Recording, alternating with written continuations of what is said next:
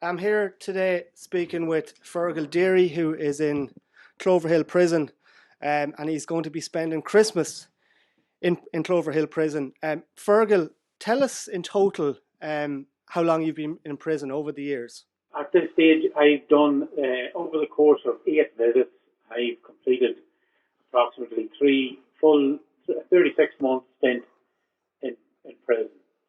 The longest, the longest was 23 months or thereabouts, and the shortest stint was 4 days. So first of all, I want to let people know what this is all about and where it goes back to. Now, you had a successful business in Monaghan Town, Master Dairies. It was a lovely pub there. And at some point, you decided to build on a nightclub called the Junction Nightclub, just as part of that building. We're outside Master Dairies pub here. And the Junction Nightclub, which is on the lower end of McCahey's bar there. The small little pub with the brown front. Master Dairies extends to approximately 8,000 square feet. The Junction building extends to somewhere in the region of 25,000 square feet. So folks, we're just making our way now into the property. Now, so folks, now we're just moving into the front bar area here. Many a good soul has passed through these doors on a Saturday evening from this time on. From 2002 until their illegal eviction on the 13th of May 2013. We had been negotiating with AIB. There were 4 years of meetings, 4 years of letters, projections, business plans. AIB had forwarded funding in relation to the Junction nightclub. They gave us 1.9 approximately million of a 2.5 million sanction letter, and that sanction letter was to Dairy Asset Holdings, which was the main company of the group.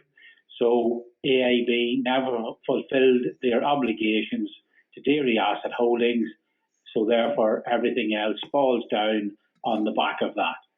Right, and so as a result of you not getting all the money you were promised from AIB to complete the nightclub, it was incomplete, and you weren't in a position to open up the nightclub, obviously, and to bring in revenue as a result. Is that what led to AIB? Did AIB call in the loan? No, basically, because AIB after the crash would not come forward and fulfil the sanction letters.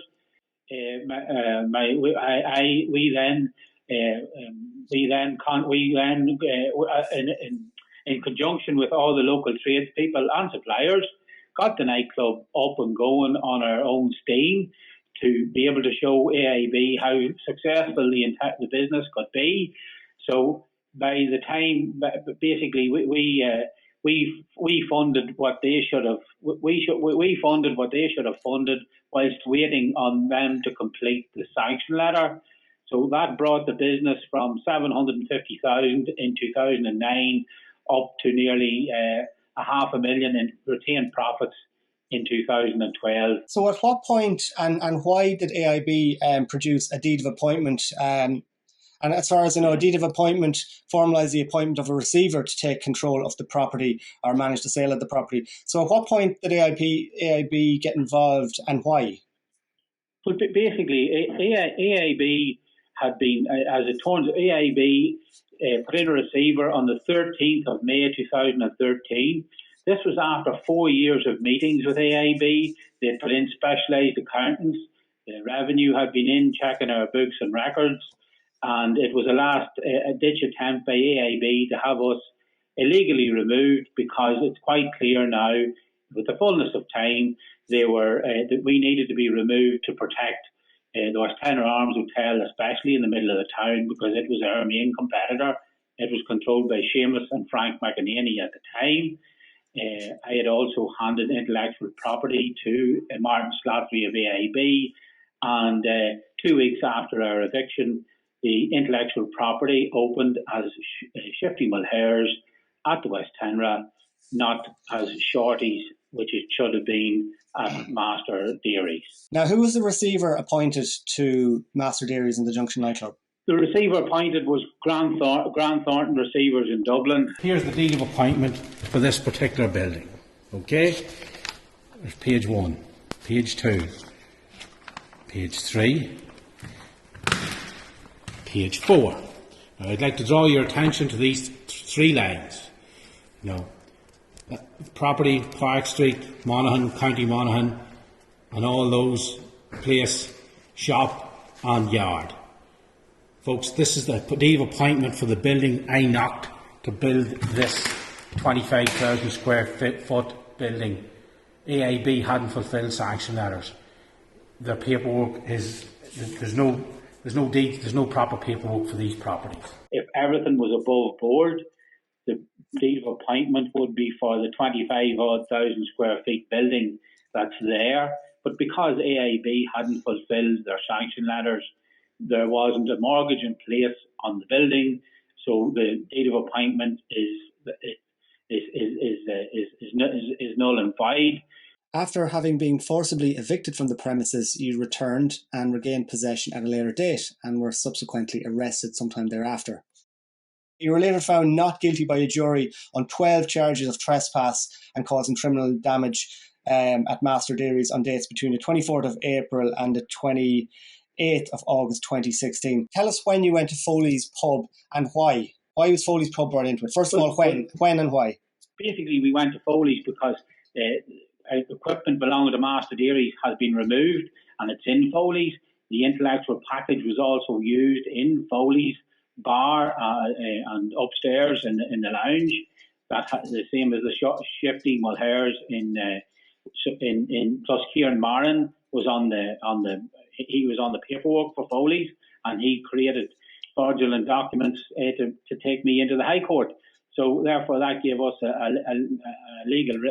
civil legal reason to be there, but they weren't going to allow it to stay civil because if we got a hold of that ship, it opened a can of worms around the country that others could see clearly then that possession is 9/10 of the law, and High Court civil issues can be overcome if you have the truth in your corner. What happened as a result of what happened in Foley's? You were arrested, you faced some charges. Briefly, what were the charges, and is there an outcome to that? Well, basically, we were arrested, myself, and then I was faced with assault, I was faced with kidnapping, I was faced with false imprisonment, I was faced with forcible entry, I was faced with organising other people to commit a crime, basically. And I was on remand in Cloverhill for approximately 23 months whilst waiting on a trial. And then when the trial arrived, the Gardaí withheld a briefcase of information from the jury, from the judge, and it turns out now also the DPP. So how can you get justice if the Gardaí couldn't put the truth on the table? So you didn't get all the evidence you were looking for, and what was the outcome of that case? Were you found guilty of some of the charges? Or I was found guilty of forcible entry, of obstructing a guard, and there was the other charge of advocating and encouraging people to act. Basically, right. Okay, so then you were released. So remind us now just when you were released from prison for the last time and what you've got up to in the meantime. Why did you end back up in prison? So first of all, when did you get released last time? Basically, I got released on the 10th of May 2024. I was released and I had given an undertaking not to go near any property belonging to Seamus McEnaney or say anything about Seamus McEnaney on social media. We then got a copy of that order from the court. That order said that I was to stay away from anything to do with Mr. McEnaney.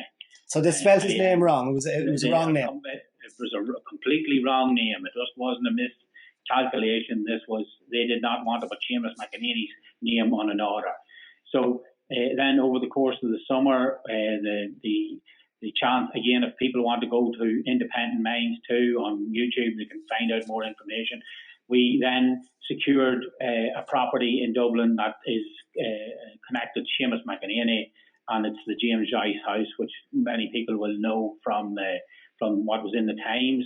That house has been under civil occupation from the 20th of July, and there are people are residing in it. So, and the guards have come and gone a couple of times, and that's a civil matter. Right. So, but then we on the 4th of August, we went down to Monaghan to carry out the same process on Master Dairies. On the 25th of August, we returned. I wasn't at the property 10 minutes to an assortment of Gardaí came running in through McEnaney's bar, which is unlawful because they shouldn't have been coming in through someone else's property. They arrested me. I was taken to Monaghan Station along with. And we were then taken to Mullingar on Monday the 26th. The guards told a load of lies to get me in here. Again, you can go back. You can go to the Independent Minds too. Okay, look, time is nearly up here. We have 1 minute left. Well, what were the charges? Why were you arrested from that from Monaghan again?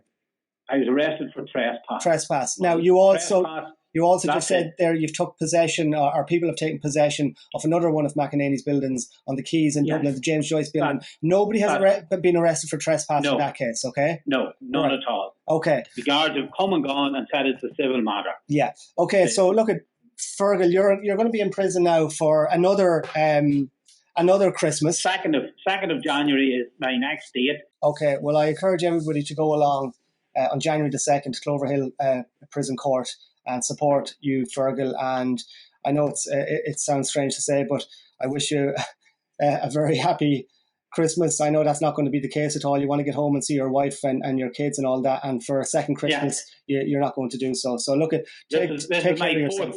This is my 4th Christmas in jail over these corrupt entities that do not want to see the truth coming out, because it's going to have wider effects in relation to other properties that have been stolen around the country and other families that have been wronged in it.